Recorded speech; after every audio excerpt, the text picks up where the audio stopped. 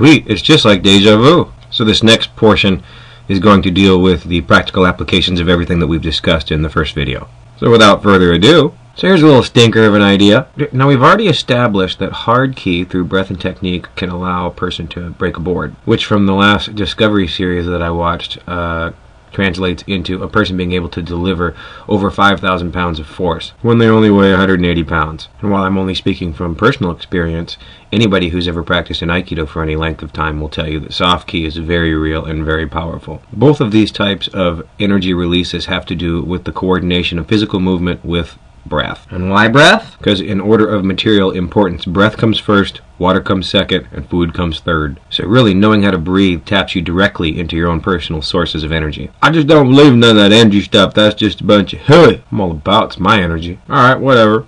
I mean, 2,000 years of Asian history, can't be that wrong. Just another tool at your disposal. If you don't want to use it, it's not my problem. So after we've understood that both types of ki, combined with Kokyu, through breath and personal technique, can sort of allow us to break the boundaries of science. So for the purpose of explaining some irregularities of life, understand that this mental energy of ki, as it imposes itself on whatever space you happen to be occupying, leaves its definitive imprint. That means that all of your mental and emotional energy is continuously imprinting itself onto the space around you. And if you incorporate that with a scientific observation that the Earth in its orbit is moving a few inches every year farther away from the Sun, when you combine both of those factors, it's like a virtual CD. To break that down a little bit, if you were sitting in one chair for a whole year, at the point that the year passed, you would be energetically speaking, a few inches farther away than you were last time. But even with this difference of a few inches, there would still be much energetic overlapping of your personal sphere. So why is that practical? Well, for starters, let's think of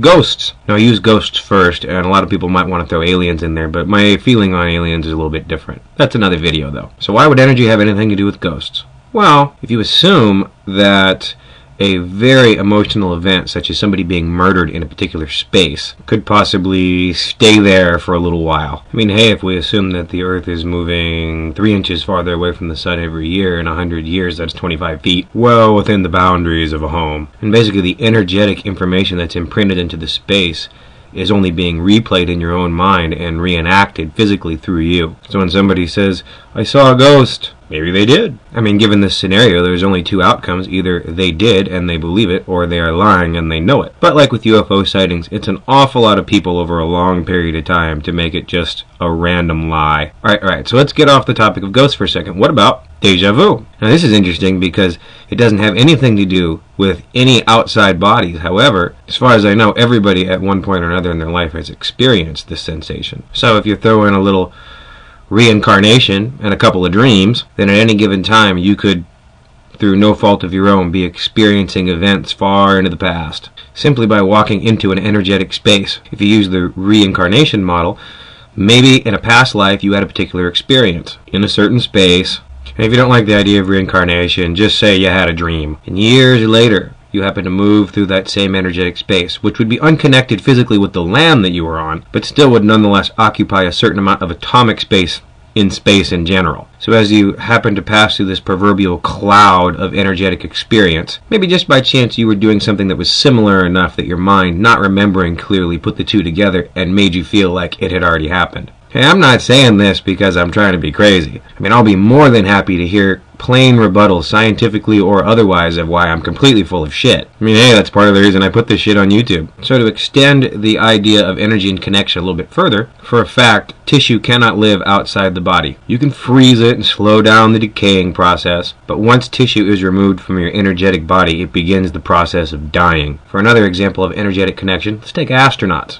And this one's more interesting because this one has to do with something that we found out after we got into space. See, apparently astronauts can't be out in space for a very long period of time because there's a certain amount of decay that takes place in their bone structure. And you might say, well, that's just because they don't have any gravity on them. And that's a good point. But the problem is that even when they had rubber bands around their waist hooking them to treadmills to simulate gravity while running, the physical impact of their skeletal structure against the treadmill was not enough to generate bone growth. So that tells me that there's another force at work here. Now, while if I had heard this argument and had never experienced Aikido before, I would be the first one to say that this requires the application of Occam's razor. Occam's razor is used to eliminate an unobservable force.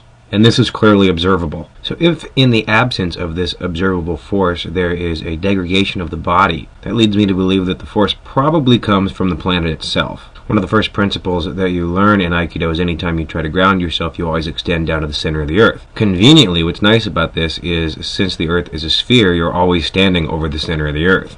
So just in making repeated contact with the planet, you are essentially drawing your energy.